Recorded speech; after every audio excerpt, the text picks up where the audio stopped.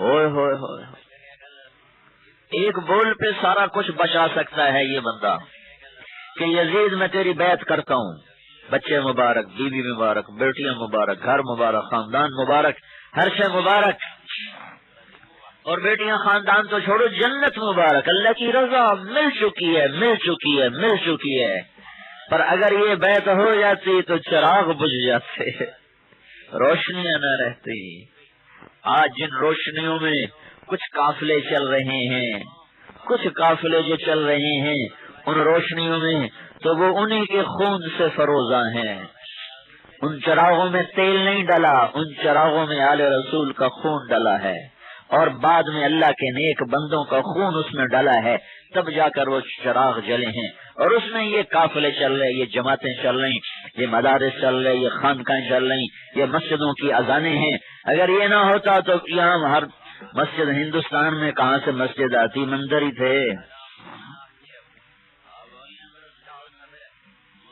یا اللہ تو نے اپنی مدد کو روک لیا، حبست عنی نصرک، یا اللہ تو نے اپنی مدد کو مجھ سے روک لیا۔ کیا درد بھرے الفاظ، تو نے اپنی مدد کو مجھ سے روک لیا۔ اللہ اگر مدد کر دیتا تو 72 کا ایک بھی کافی تھا، ایک فرشتہ ہی آ جاتا تو کافی تھا۔ بدر میں نہیں آ گئے تھے فرشتے، اور نہت سے مسلمان، سارے لشکر میں 8 تلواریں، ادھر 700 تلواریں کو جوڑ تھا، پر فرشتے آئے اور ٹھگا ٹھگ نہت سے فتح پا گیا۔ اور وہ یہاں بھی اللہ فرشتے بھیج دیتا، نہیں بھیجے، ہاں اپنے نبی کو بھیجا۔ جنگ سے پہلے حضرت حسین کو نیند آ گئی، نیند آ گئی جنگ سے پہلے، آنکھ لگ گئی، خود ایسی اچانک آنکھ کھلی تو ہنسنے لگے۔ تو بہن زینب نے پوچھا کیوں ہنس رہے ہو، یہ کوئی وقت ہے ہنسنے کا؟ فرمانے لگے ابھی اللہ کے رسول کی زیارت ہوئی ہے خواب میں، اور کہہ رہے تھے بیٹا تمہیں لینے آ چکا ہوں، تمہیں لینے آ چکا ہوں۔ تو اپنے نبی جا اپنی اولاد کو لیا، فرشتے آج نہیں آئیں گے مدد کو، یہ قربانی ہونے دو کہ یہ جگہ امتحان ہے۔ نوکوٹ والوں کو پتہ چلنا چاہیے کہ مال ہی سب کچھ نہیں، عزت ہی سب کچھ نہیں، دولت ہی سب کچھ نہیں، شہرت ہی سب کچھ نہیں، جھنڈے والی گاڑی ہی سب کچھ نہیں ہے۔ اللہ کا راضی ہونا زندگی کی معراج ہے، اللہ کا راضی ہونا کامیابی ہے۔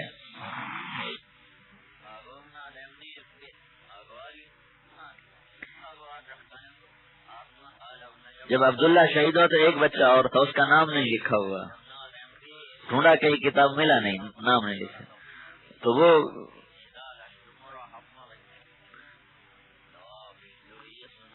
ایسے تھے جیسے چمکتا ہوا موتی۔ تو اس نے جب اپنے بھائی کی، معصوم بچے کی لاش گری تو وہ ڈر کے باہر نکلا، تو ایک دوسرے سے کہنے لگا کوفے والا کہ میں اس بچے کو قتل کروں گا۔ دوسرے نے کہا یہ معصوم ڈرا ہوا سہما ہوا، اسے قتل کر کے کیا کرو گے؟ ایک یہی ہے کہ جس کو ہم قتل کر لیں، یہی گناہ بہت ہے، نہیں میں اسے قتل کروں گا۔ اور اس کم بخت نے آگے بڑھ کر اس سہمے ہوئے ڈرے ہوئے بچے کو بھی آ کے نیزہ پار کر دیا۔ یہ امتحان تھا، امتحان تھا کہ ایسے ان کے دل سخت اور پتھر ہو گئے۔ معصوم کتے کو مارتے ہوئے کانپتا ہے، آل رسول کے معصوم بچوں کو ذبح کر دیا۔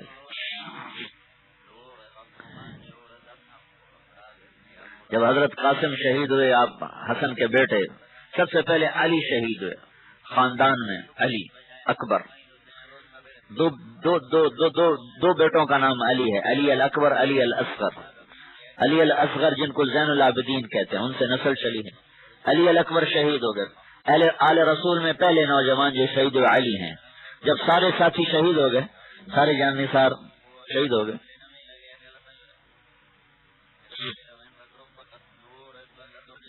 56 تھے باقی وہ شہید ہو گئے، تو پیچھے یہ گھر رہ گیا گھر۔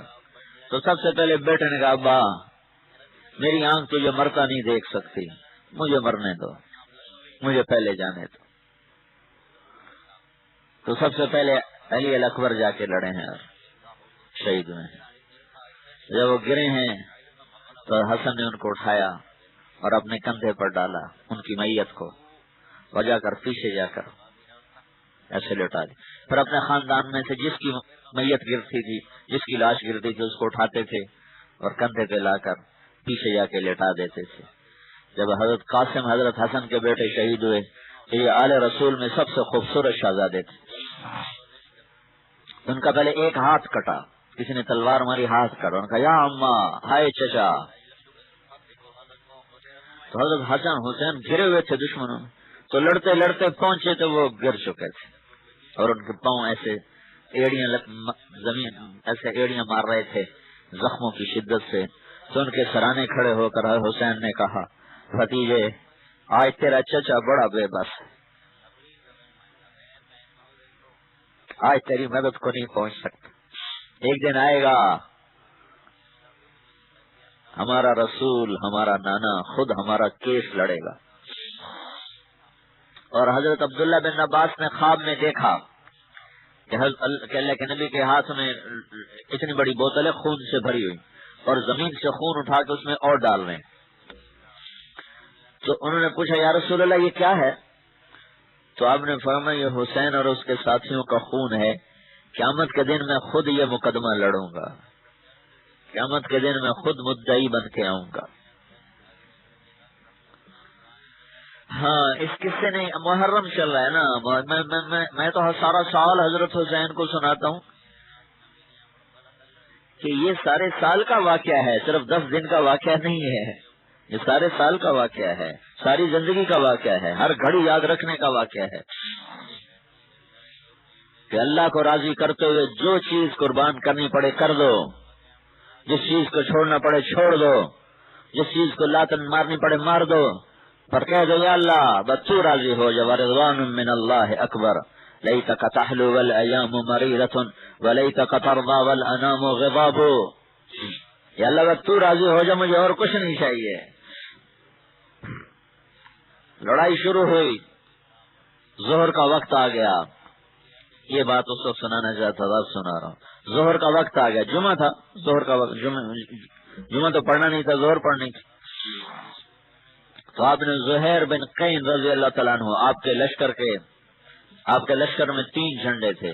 ایک جھنڈا تھا زہیر کے ہاتھ میں سیدھے ہاتھ, ایک جھنڈا تھا حبیب بن مظاہر کے ہاتھ میں الٹے ہاتھ, ایک جھنڈا تھا اپنے بھائی کے ہاتھ میں عباس درمیان میں. تو آپ نے زہیر کو بلا کر فرمایا کہ اس سے شمر سے کہو تھوڑی دیر کے لیے جنگ روکے تو ہم نماز پڑھ لیں, پھر مارنے تو مار دینا. تو زہیر نے گھوڑا آگے بڑھایا اور شمر سے دور سے کہا کہ شمر, آپ نے فرمایا, اللہ کے رسول صلی اللہ علیہ وسلم نے فرمایا میں ایک کتے کو دیکھ رہا ہوں جو چتکبرا ہے, میری اولاد کا خون پی رہا ہے. شمر کو برس کی بیماری تھی, برس جس کو پھل بیری کہتے ہیں, جو چٹا کالا کالا چٹا ایسے تھا. تو اللہ کے نبی نے اس وقت کہا تھا کہ اس وقت یہ کم وقت پیدا بھی نہیں ہوا تھا کہ میں ایک کتا دیکھ رہا ہوں جو میری اولاد کا خون پی رہا ہے. تو آپ نے زہیر نے فرمایا شمر تھوڑی دیر کے لیے جنگ روکو, ہم نے نماز پڑھنی ہے. نوکوٹ والوں کو پیغام دینا ہے کہ یوں بھی نماز پڑھی جاتی ہے, نوکوٹ والوں کو بتانا ہے کہ سجدے یوں بھی کیے جاتے ہیں اور اللہ اکبر کے گیت یوں بھی گائے جاتے ہیں. تو شمر نے کہا ہم تمہیں نماز کی اجازت نہیں دیں گے, تم پڑھو گے ہم تمہیں قتل کریں گے, تمہاری نماز ہوتی کوئی نہیں. تو انہوں نے واپس آ کر عرض کی کہ حضرت وہ نماز پڑھنے کی اجازت نہیں دے رہے. تو آپ نے فرمایا ٹھیک ہے, آدھے آدھے ہو جاؤ, آدھے ان سے جنگ کرو اور آدھے نماز پڑھو. پھر وہ آدھے جنگ کرو اور پہلے آدھے آ کے نماز پڑھو. اس ایسے وقت میں بھی آ گیا عین لڑائی میں اگر وقت نماز, قبلہ رو ہو کے کھڑی ہو گئی قوم حجاز. ایک ہی صف میں کھڑے ہو گئے محمود و ایاز, نہ کوئی بندہ رہا اور نہ کوئی بندہ نواز. واحد شاعر ہے جس کی شاعری میں قرآن بولتا ہے, واحد شاعر پوری دھرتی میں, عربی میں, اردو میں, فارسی میں کوئی ایسا شاعر نہیں جس نے قرآن کو مضمون بنایا ہو, جس نے شریعت کو ایسے مضمون بنایا ہو. نماز نہیں چھوڑی, جن اربابوں کو پیغام دیا ہے, ان جمالیوں کو, اور پتہ نہیں کون کون سی قومیں یہاں رہتی ہیں, ان سب کو پیغام دیا ہے کہ یوں سجدوں میں سر رکھا جاتا ہے اور یوں نمازیں پڑھی جاتی ہیں. نوکوٹ والوں کو پیغام دیا ہے کہ یوں نمازیں پڑھی جاتی ہیں, یوں سجدوں میں سر رکھا جاتا ہے. آدھے ان کے سامنے کھڑے ہو گئے، 10-15 تو شہید ہو چکے تھے، باقی جتنے تھے آدھے ان کے سامنے کھڑے ہو گئے، آدھے خون میں نہائے ہوئے، زخموں سے چور، چھاتیاں ابل رہی، سینے چاک، سر پھٹے ہوئے، بازو کٹے ہوئے، انگلیاں کٹی ہوئی، اپنے خون سے وضو کیا ہوگا، پانی جو نہیں تھا، تیمم کیا، گناہ معاف ہو گیا۔ تم نے کسی کا حق مار لیا، فکر نہ کرو، گناہ معاف ہو گیا، حق باقی ہے، کسی کی زمین دبا لی ہے، آج تک دبائے رکھی ہے، یہ گناہ معاف ہو گیا، جاؤ زمین واپس کر دو، دکان واپس کر دو، چیز نہیں ہے، کیا دھرتی اس کے سامنے سجدہ ریز نہیں ہے؟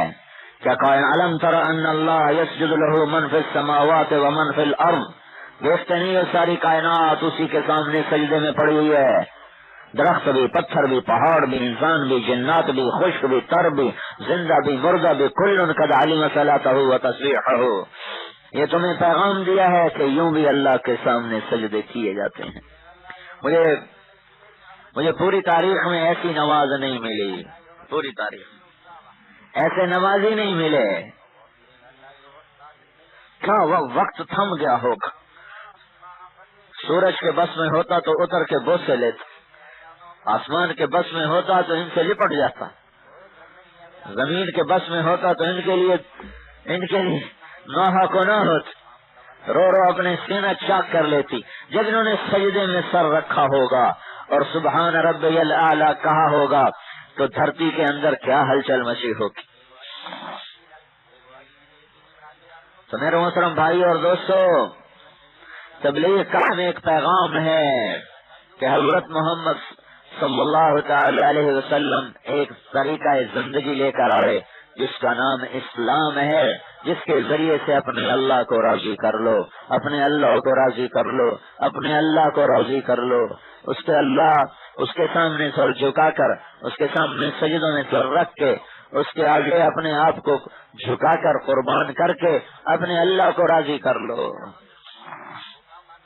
قرآن یہی ذہن بناتا ہے، وَرِضْوَانٌ مِّنَ اللَّهِ اکبر، قرآن یہی اعلان کرتا ہے وَاللَّهُ وَرَسُولُهُ أَحَقُّ أَن يُرْضُوهُ، کہ اللہ کو راضی کرو، اللہ کو راضی کرو، اللہ کو راضی کرو۔ ایک اللہ ہے، یہ اپنے ہندو بھائیوں کو بھی سمجھاؤ، ان کے بھی پاؤں پکڑو، ان کے بھی محنت کر کے ان کو بھی جنت میں لے جاؤ، کہ پتھر اپنے ہاتھ سے بنا ہوا ہے، یہ کچھ نہیں ہے، یہ کوئی نفع نہیں دیتا، یہ کوئی نقصان نہیں دیتا۔ ایک اللہ کو مانو جو کہتا ہے قل هو اللہ احد اللہ الصمد لم یلد ولم یولد ولم یکن له کفوا احد، جو کہتا ہے میں اکیلا ہوں، میرا دوسرا ہے ہی نہیں، میری کوئی شکل شبیہ ہے ہی نہیں، میرا کوئی مثال ہے ہی نہیں، اللہ الصمد، میں سمجھ ہوں، لم یلد ولم یولد، نہ میں کسی سے پیدا ہوا نہ کوئی مجھ سے پیدا ہوا، ولم یکن له کفوا احد، کوئی میرے جیسا ہے نہیں، هل تعلم له سمیہ، کوئی ہے نہیں جو میری ٹکر کا ہو، لیس معہ الہ یخشی، اللہ کے سوا اور کوئی نہیں جس سے ڈرو، ولا رب یرجی، اللہ کے سوا اور کوئی نہیں جس پر امید رکھو، ولا وزیر یؤتی، اللہ کے سوا اور کوئی ہے نہیں، اور اللہ کو پکارنا ہو تو کسی سفارشی کی ضرورت نہیں ہے، کسی سفارشی کی ضرورت نہیں ہے، کسی سفارشی کی ضرورت نہیں ہے۔ قریش مکہ کہتے تھے ہم پتھروں کی پوجا نہیں کرتے، ہم بھی اللہ کو ایک مانتے ہیں، پر یہ ہمارے سفارشی ہیں، یہ ہمارے سفارشی ہیں، ہم پتھر کی پوجا نہیں کرتے، ہم بھی اللہ کو ایک مانتے ہیں، یہ ہمارے سفارشی ہیں۔ تو اللہ نے کہا میرے لیے کسی سفارشی کی ضرورت نہیں، پتھر کی مورتی میرے لیے تمہارے کیا سفارش کرے گی، میں ولا وزیر یؤتی، میرا کوئی ایسا مطالبہ نہیں ہے کہ تم فلاں کو لاؤ گے تو تمہاری سنوں گا، نہیں، تم مجھے پکارو میں تمہاری سنوں گا،